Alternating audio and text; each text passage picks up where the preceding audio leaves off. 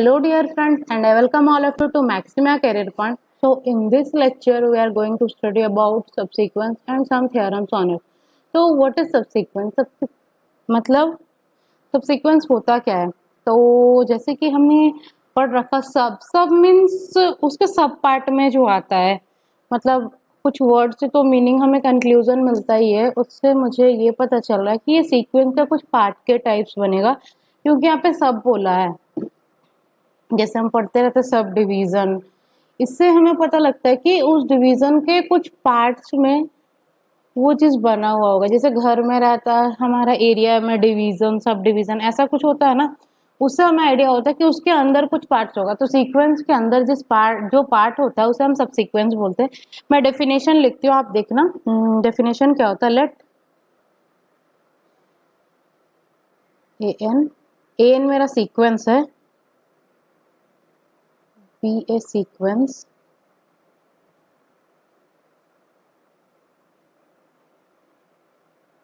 of real number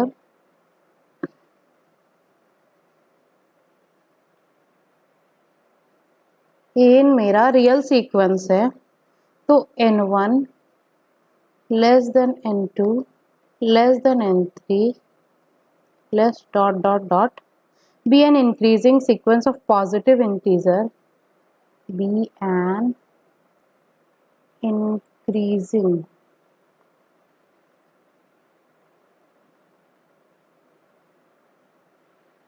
sequence of positive integers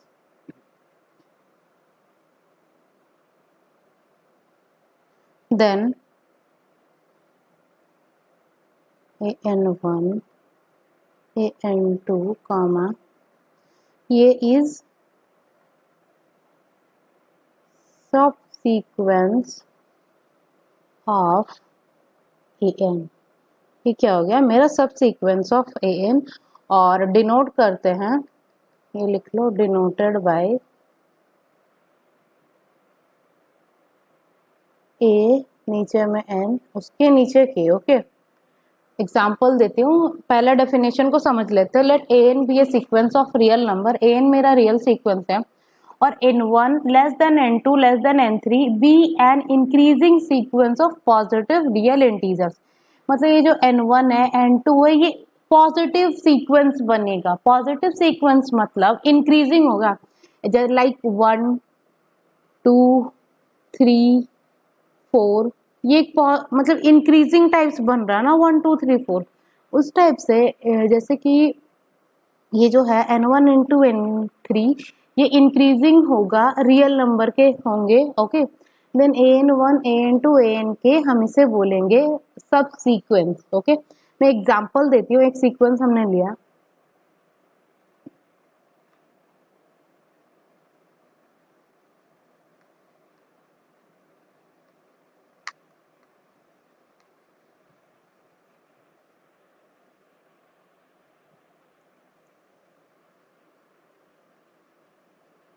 जैसे कि हमने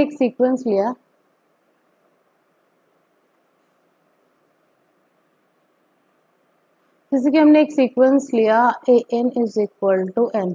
ओके, तो इसके टर्म्स कैसे होंगे?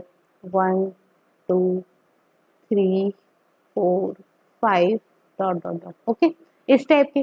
तो n1 जो बनेगा, ये इंडेक्स है मेरा, तो an1 y an2, in terms को हम बोलते हैं सब सीक्वेंस का टर्म। तो ये जो n1 है n2 है, इनका ऑर्डर इंक्रीजिंग फॉर्म में होगा, जैसे a1 a2 a3, इस टाइप से। ना कि मैं ऐसे ले लूँ, a2 पहले ले ली, देन a1 ले ली, a3 ले ली, देन a4 ले ली, देन a7 ले ली, देन a6 ले ली, इस टाइप का। यहाँ पे देखो 2 से बड़ा है 1 नहीं है, मतलब इसका इंडेक्सिंग जो है ये नीचे वाला, ये इंक्रीजिंग ऑर्डर में होगा। डेफिनेशन में क्या बोला था? n1 less than n2 less then n3, इस टाइप का मेरा इंक्रीजिंग फॉर्मेट में बनेगा। बट यहाँ पे इंक्रीज नहीं हो रहा, तो ये सबसीक्वेंस नहीं बनेगा। अच्छा, यहाँ पे an is equal to n लिया मैंने, और इसको सबसीक्वेंस कैसे बनेगा? जैसे a 2n ले ली, 2n का मतलब कौन कौन से टर्म्स आएंगे, n की जगह नेचुरल नंबर पुट करते जाओ, a2 a4 a6, तो मतलब इवन टर्म्स आएंगे।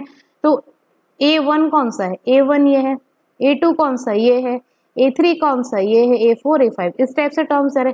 2n मतलब a2 लिखना है मुझे, पहले मैं 2 लिखूंगी, देन मैं 4 लिखूंगी, देन मैं 6 लिखूंगी, देन मैं 8, like this. Okay, a2n minus 1, n को 1 पुट करो, क्या आया मेरा, a1 a3 a5, इस टाइप से टर्म्स मेरे बन रहे। तो इसमें क्या आ जाएगा, a1 3 5 7। ओके, एक और एग्जांपल ले लो आप,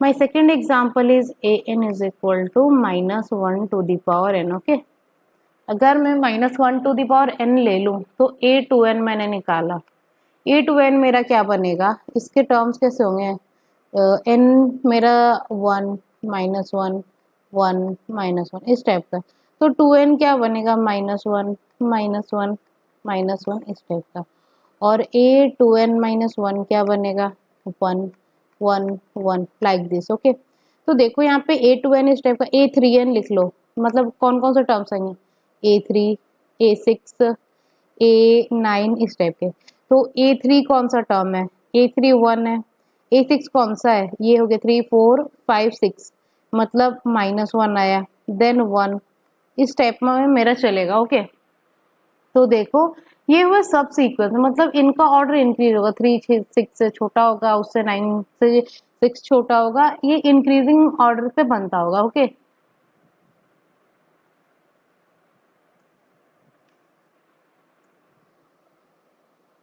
एक स्टेटमेंट मैं लिखती हूँ। ओके, इफ ए सीक्वेंस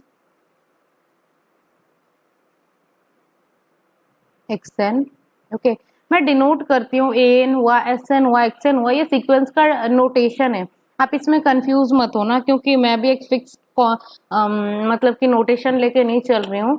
अब से मैं xn को ही ट्राई करूंगी हर जगह पे यूज करूँ, क्योंकि लोग कंफ्यूज होते हैं जब फर्स्ट टाइम कोई पढ़ता है, तो टर्म्स में बहुत ज्यादा कंफ्यूजन क्रिएट होकर रखा रहता है। तो जहाँ पे मैं अब तक जो यूज कर चुके आप उसे समझ लो, बट अब से मैं एक्शन को ही मतलब फिक्स कर रही हूँ कि एक्शन ही मेरा सीक्वेंस होगा ऑफ रियल नंबर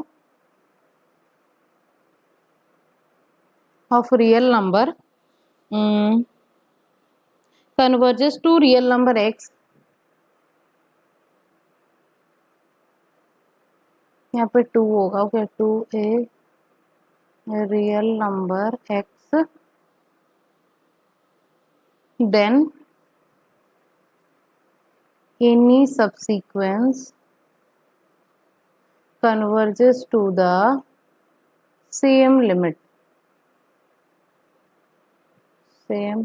ओके, जो कि x ही होगा, मतलब सारे सब सीक्वेंस 1 पे ही कन्वर्ज करेंगे। एक सीक्वेंस xn है जो कि 1 पे, सपोज x पे जा रहा है, तो उसके सारे सब सीक्वेंस x पे ही जाएंगे। तो देखिए यहाँ पे एक लाइन मैंने लिया। ओके, ये मेरा लाइन है, मेरे सीक्वेंस के टर्म्स ऐसे ऐसे आ रहे। ओके, इंक्रीजिंग फॉर्मेट में मेरे सीक्वेंस के टर्म है, ये कन्वर्ज कर रहा, मतलब एक लिमिट है, ये एल है। ओके, मैं यहाँ पे एल ले ली, तो यहाँ पे मेरे इन्फानाइट टर्म्स आ जाएंगे, बहुत सारे टर्म्स एकदम पास पास में। ओके, यहाँ पे इन्फानाइट टर्म्स आ गए इसके नेबरहुड में, मतलब कुछ टर्म्स के बाद मेरे इन्फानाइट टर्म्स आ गए। ओके, यहाँ पे कुछ टर्म्स है, उसके बाद मेरे इन्फानाइट टर्म्स यहाँ पे आ गए एल के नेबरहुड में। तो जो सब सीक्वेंस बनेगा, इसी के मैं कुछ पार्ट्स को ले रही हूँ, सपोज 3 3 के गैप में मैंने टर्म्स को चूज किया, 3 3 को, तो यहाँ पे भी तो मेरे इन्फानाइट टर्म्स ही जमा होंगे ना, क्योंकि यहाँ पे खुद के इन्फानाइट टर्म्स है। जब मैं इनकी सब सीक्वेंस लूंगी तो यहाँ पे भी इन्फानाइट टर्म आ जाएंगे। तो अगर इन्फानाइट टर्म्स आ रहे हैं उसके सब सीक्वेंस में, तो उस केस में भी मेरा लिमिट एल बन जाएगा। What is my converse part, converse का मतलब क्या होता है, उल्टा। ओके, ये रियल एनालिसिस का बहुत टर्म है कन्वर्स, मतलब कन्वर्स क्या बोलता है मेरा, कन्वर्स होता है कि अगर एक सीक्वेंस है, सीक्वेंस अगर एल पे जा रहा है, तो क्या मतलब सब सीक्वेंस मेरा एल पे जा रहा, क्या मेरा सीक्वेंस भी एल पे जाएगा, क्या जरूरी है ये? तो एक एग्जाम्पल काउंटर, काउंटर मीन्स मैं ऐसा एक एग्जाम्पल दूंगी जो कि आपकी गिवन कंडीशन को सेटिस्फाई करता होगा, बट मतलब कि जो हमें प्रूव करना है उससे वो प्रूव नहीं करता, मतलब उसको कुछ उल्टा शो करे। एक सब सीक्वेंस लिया मैंने, एक सीक्वेंस है मेरा -1 तो इसके सब सीक्वेंस किस टाइप के बने, मैंने A2n ले लिया, A2n लिया, क्या हुआ मेरा 1 1 1 इस टाइप का, और A2n-1 मैंने लिया जो कि सॉरी -1 बने ये, ओके -1, और ये बने +1 इस टाइप के। तो देखो ये कहाँ पे जा रहा है, ये 1 पे जा रहा, ओके, ये भी ये -1 पे जा रहा, तो सब सीक्वेंस मेरा किसी ना किसी लिमिट पे जा रहा है, एल पे कन्वर्ज कर रहा है, ये 1 पे, ये -1 पे। क्या मेरा ओरिजिनल सीक्वेंस कन्वर्जेंट है? क्या आप बताओ, क्या मेरा ओरिजिनल सीक्वेंस कन्वर्जेंट है?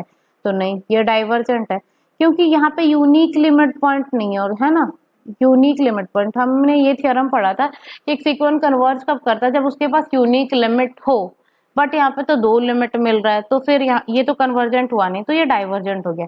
तो अब चलते कि डाइवर्जेंट होता क्या है, मैं डाइवर्जेंट की डेफिनेशन बताती हूँ, देन उसके ऊपर डिस्कशन करेंगे।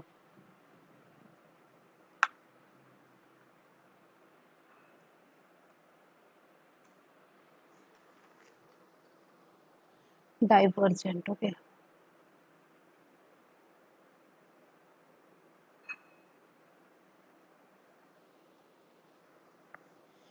डाइवर्जेंट सीक्वेंस होता है क्या है, एक सीक्वेंस है xn, ओके, मैं पूरा डेफिनेशन प्रॉपरली नहीं लिख रही हूँ, मतलब मैं बता रही हूँ, एक रियल नंबर का सीक्वेंस है xn हैज आई, मतलब कि अगर उसके पास दो प्रॉपर्टी हो, फर्स्ट प्रॉपर्टी इज, अगर ये दो प्रॉपर्टी हो तो मैं बोल सकती हूँ कि ये सीक्वेंस डाइवर्जेंट है।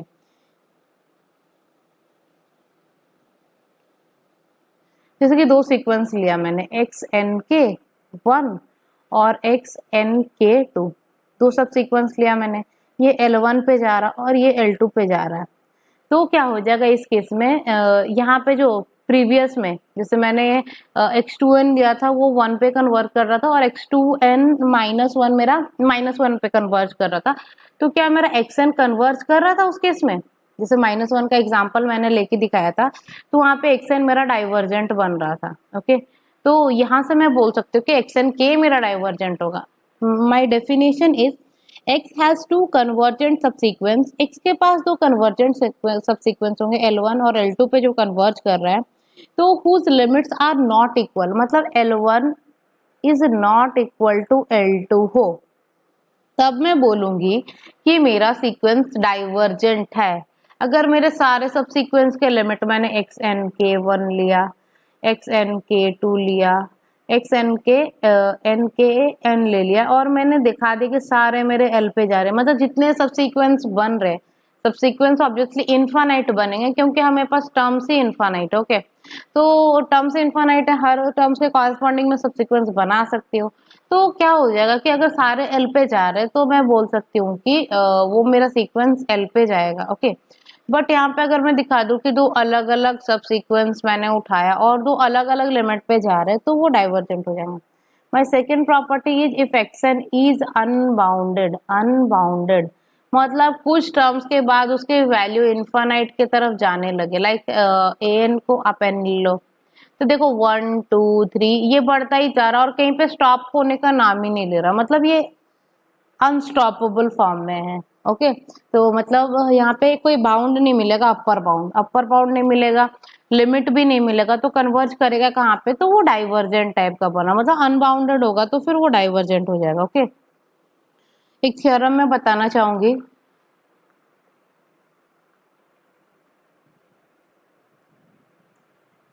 my theorem is monotone subsequence theorem,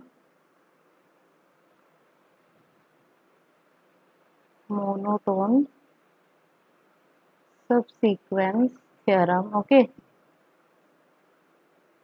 what is my monotone subsequence theorem, ये बोलता है कि if x is xn, एक तो मैंने सीक्वेंस लिया xn जो कि रियल नंबर का सीक्वेंस है, बात हम रियल एनालिसिस का कर रहे हैं तो चीजें भी हम रियल के ही लिए पढ़ेंगे, तो सीक्वेंस भी मेरा रियल ही होगा, तो एक सब सीक्वेंस अगर सीक्वेंस है, ये रियल नंबर का सीक्वेंस है, ओके, रियल नंबर का सीक्वेंस है और ये मोनोटोन है, मोनोटोन है मतलब मोनोटोन इंक्रीजिंग हो या मोनोटोन डिक्रीजिंग, MI और MD, आप जो भी चाहो वो ले सकते हो। ओके, तो इसके जो सबसीक्वेंस बनेंगे, तो then there is a subsequence of real number that is monotone.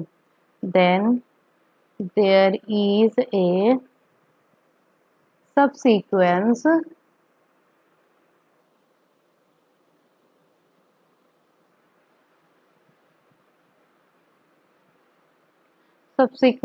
of Excel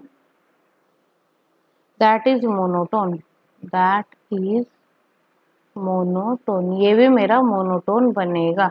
इसका मैं आपको बता देती हूँ, जैसे कि ये डेफिनेशन मैंने क्लियर कर रखा था कि एक्सएन है यहाँ पे, उसके टर्म सपोज मैंने इंक्रीजिंग लिया तो उसके वैल्यू बढ़ते जा रहे हैं।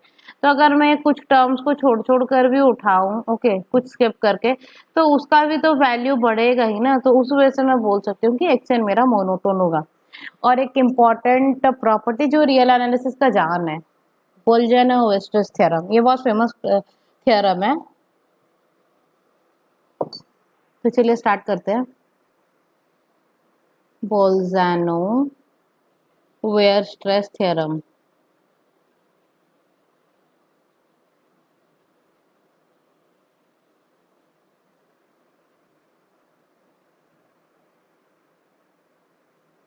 व्हाट इज बोल्जानो-वीस्ट्रस थ्योरम, क्या बोलता है मेरा। ओके, आप थोड़ा हैंडराइटिंग को हैंडल कर लेना, क्योंकि मैं बोर्ड पे पहले मतलब स्टार्ट क्यों ना, तो मेरा हैंडराइटिंग उतना सही बन नहीं रहा। इसे मैं शॉर्टली BNW से भी डिनोट करती हूँ। My statement is a bounded sequence of real number has a convergent subsequence. ये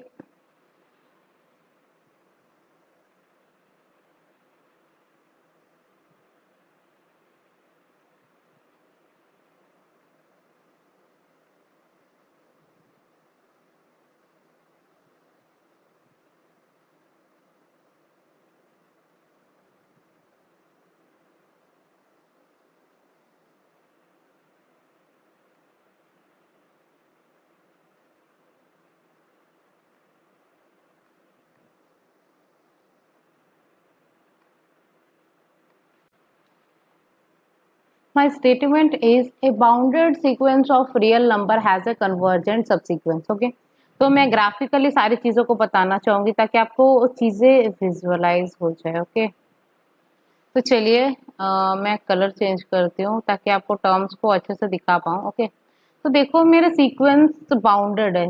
बाउंडेड मतलब कुछ टर्म, मतलब एक अपर बाउंड मिलेगा जिसके बाद सीक्वेंस के टर्म्स नहीं मिलेंगे। तो रियल नंबर तो बहुत बड़ा है, बट हम छोटे में ही ऑब्जर्व कर सकते हैं। तो यहाँ पे एक सीक्वेंस है, और सीक्वेंस में तो इनफाइनाइट टर्म्स होते हैं। ओके, तो कुछ टर्म्स इस टाइप से मेरे हैं, मैं सीक्वेंस में इस टाइप से टर्म्स है, तो बाउंडेड है, और इसके अंदर मुझे इनफाइनाइट टर्म्स लाना है। तो ऐसा होगा कि कहीं पे तो वो टर्म्स जमा हो रहे होंगे, मतलब यहाँ पे बहुत सारे टर्म्स आएंगे, बहुत सारे, मतलब कुछ टर्म्स के बाद सारे टर्म्स यहाँ पे आ जाएंगे, तो ये एल हो जाएगा। मतलब क्या हो गया, बाउंडेड है, तो कहीं पे तो कुछ वैल्यू के बाद तो टर्म्स मिलेंगे नहीं, यहाँ पे तो टर्म्स मिलेंगे नहीं। तो क्या होगा ना कि कुछ जो इनफाइनाइट टर्म्स है वहाँ, वो तो कहीं पे तो जमा होते ही होंगे ना। तो अगर जमा होंगे तो एक लिमिट मिल जाएगा मेरे सीक्वेंस को। अगर एक लिमिट मिल गया, अगर सीक्वेंस बाउंडेड है तो उसको एक लिमिट मिलेगा। जैसे कि आप एग्जांपल ले लो ना, बाउंडेड -1⁴n, ये इसका वैल्यू -1 और 1 के बाहर कभी जाएगा ही नहीं। ओके, आप यहाँ इसके बाद आप कभी टर्म्स को उसके आगे भेज ही नहीं सकते हो। तो यहाँ पे एक लिमिट तो ये बन रहा है और एक लिमिट यहाँ पे, मतलब एक टर्म यहाँ पे आ रहा है, एक टर्म यहाँ पे, एक टर्म यहाँ पे, एक टर्म यहाँ पे। तो यहाँ पे इनफाइनाइट टर्म्स जमा हो रहे हैं, इनफाइनाइट। ओके, और यहाँ पे भी इनफाइनाइट टर्म्स जमा हो रहे हैं। तो ये एक लिमिट बन गया और ये लिमिट बन गया। तो उसके पास जो सब सीक्वेंस लूंगी वो सब सीक्वेंस कन्वर्जेंट होंगे। तो मैं अगर इवन वाला सब सीक्वेंस लूं तो वो 1 पे कन्वर्ज करेगा, और ऑड वाला लूं तो फिर -1 पे कन्वर्ज करेगा। इस टाइप का मैंने पढ़ा रखा है। वैसे अगर बाउंडेड है तो कहीं ना कहीं तो टर्म्स जमा हो ही रहे होंगे, और उसके लिए मुझे एक लिमिट मिल जाएगा एल। और एल मिला तो अगर मुझे पता है कि अगर एक सीक्वेंस कन्वर्जेंट है तो उसके सारे सब सीक्वेंस कन्वर्जेंट होंगे। तो वो बोला कि हैज ए, मतलब कम से कम एक तो सब सीक्वेंस ऐसा मिलेगा जो कि उसके वो कन्वर्जेंट होगा। तो यहाँ से मैं बोल सकती हूँ ना कि यहाँ से कोई भी सब सीक्वेंस में उठा लूँ वो कन्वर्जेंट हो ही जाएगा। ओके, तो चलिए इसके प्रूफ की तरफ चलते हैं। ये तो हुआ मतलब कि फीलिंग्स, अपने मन में जो आया उसको मैं जो स्टेटमेंट को मैंने फिगर आउट करके समझाने को ट्राई किया। अब प्रूफ की तरफ चलते हैं।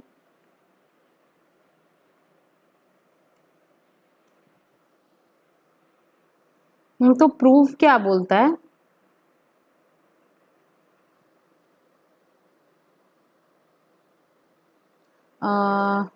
If action is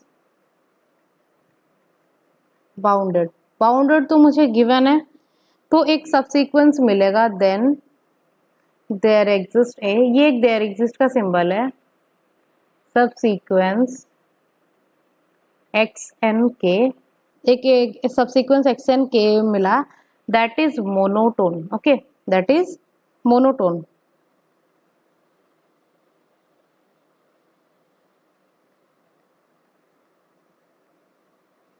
that is monotone.